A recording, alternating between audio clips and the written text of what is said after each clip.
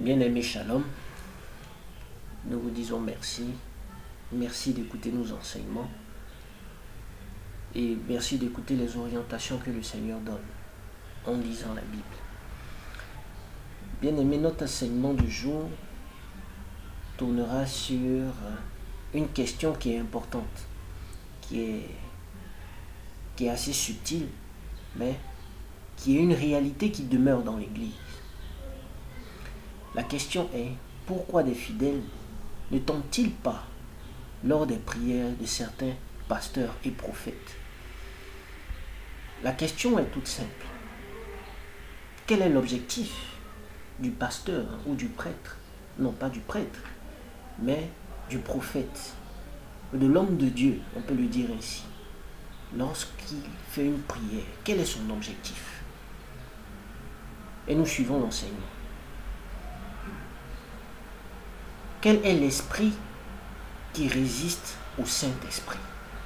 Quel est cet esprit-là qui résiste au Saint-Esprit? Parce que nous sommes tous animés d'un esprit. Comme l'homme, selon la Bible, est tripartite.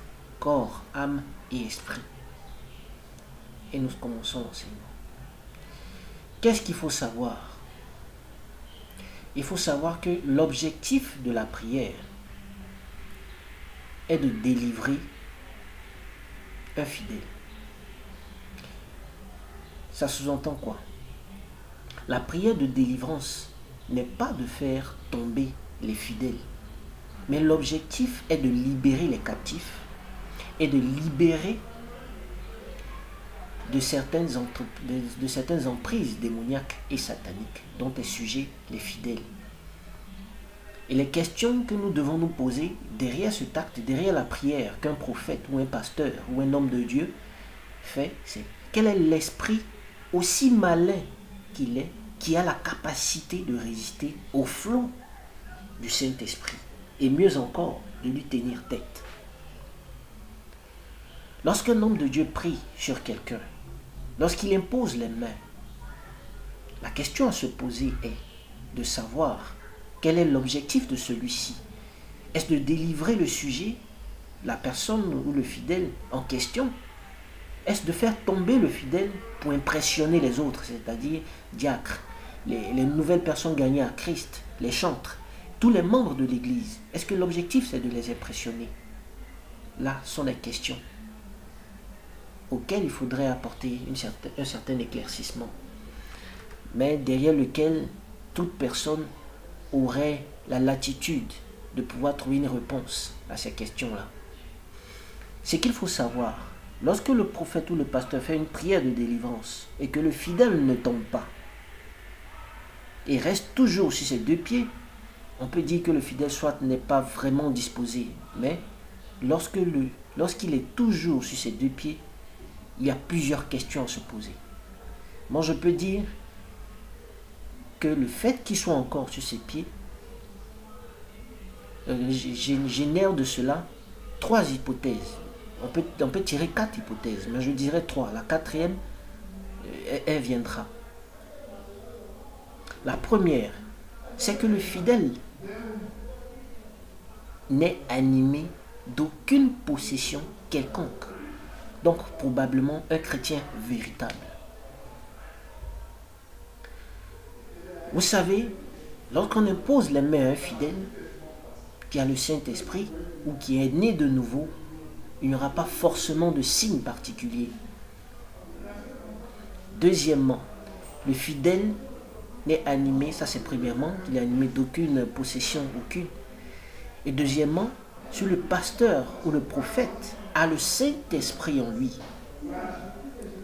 et que rien ne se produit, alors c'est que le fidèle a également le Saint-Esprit comme le pasteur ou le prophète qui lui impose les mains. Car le Saint-Esprit ne fait jamais tomber le Saint-Esprit. Et le Saint-Esprit n'est pas un esprit d'agitation. Le Saint-Esprit ne fait pas tomber quelqu'un qui possède déjà, quelqu'un qui l'anime déjà. Notre Esprit Saint que le Seigneur nous a donné n'est pas un esprit d'agitation ni de bruit.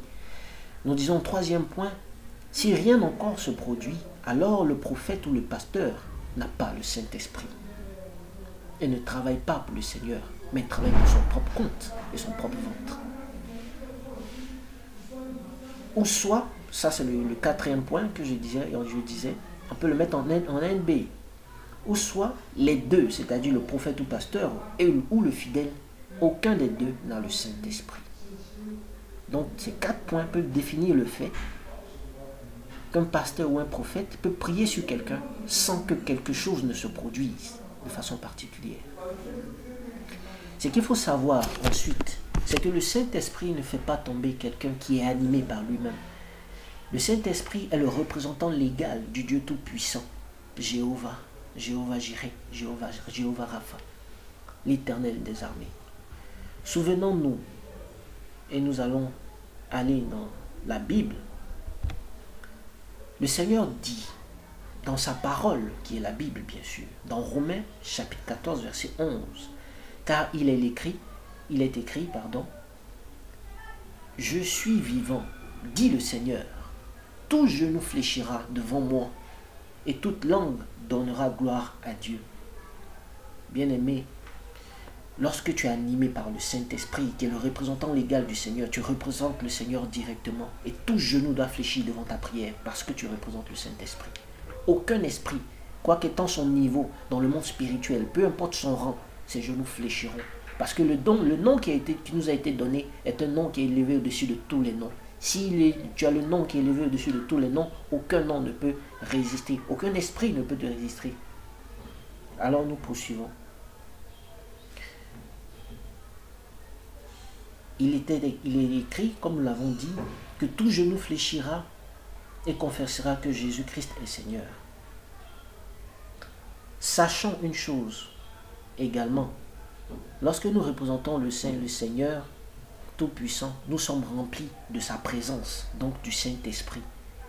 Et que nous prions pour quelqu'un qui n'est pas en Christ et qui est supposé avoir des esprits, peu importe que ce soit un esprit de mensonge, un esprit d'adultère, un esprit d'impudicité, un esprit de vol ou un esprit même de sorcellerie, qui pourrait être possédé, on peut le dire ainsi, il fléchira les genoux et confessera que Jésus-Christ est Seigneur, parce que nous sommes remplis de la présence du Seigneur Jésus-Christ. Aucun esprit ne peut résister au Saint-Esprit, peu importe son rang dans le monde des ténèbres. Alors prenons garde aux hommes de Dieu qui se plaignent du fait que certains fidèles ne tombent pas lorsqu'ils reçoivent des prières de délivrance. Je dis merci au Seigneur parce qu'il nous ouvre les yeux sur toutes ces choses-là. La prière d'un pasteur ou d'un prophète ne devrait pas avoir pour objectif de faire tomber des fidèles. Auquel cas, ce serait pour impressionner l'assemblée. Mais étant des enfants de Dieu, nous ne cherchons pas à impressionner. Mais nous cherchons à gagner des âmes à l'Éternel. Bien-aimés, que le Seigneur vous garde et que tout enseignement vous fortifie et vous ouvre les yeux sur le combat qu'un chrétien a véritablement. Bien-aimés, il n'y a que 2 antagonistes sur cette terre. Le diable et le Seigneur Jésus-Christ. Il n'y a pas de pont entre les deux. Personne n'est neutre. Alors, ce qu'il faudrait savoir, quand tu es en Christ, ton véritable combat, c'est contre le monde des ténèbres. Et je vous exhorte à rechercher le Seigneur en esprit et en vérité, pour que le Saint-Esprit vous fortifie et que le Seigneur souffle en vous sa véritable nature, sa puissance, afin que nous puissions résister au diable, afin que vous puissiez résister au diable. Je dis merci à mon Père spirituel, le berger Moïse, pour tous ses enseignements. C'est un guide véritable. Que gloire et honneur soit rendu au Tout-Puissant pour sa vie. Merci. Et que gloire et honneur soit rendu encore une fois au Dieu d'Abraham, au Dieu d'Isaac, au Dieu de Jacob. Shalom.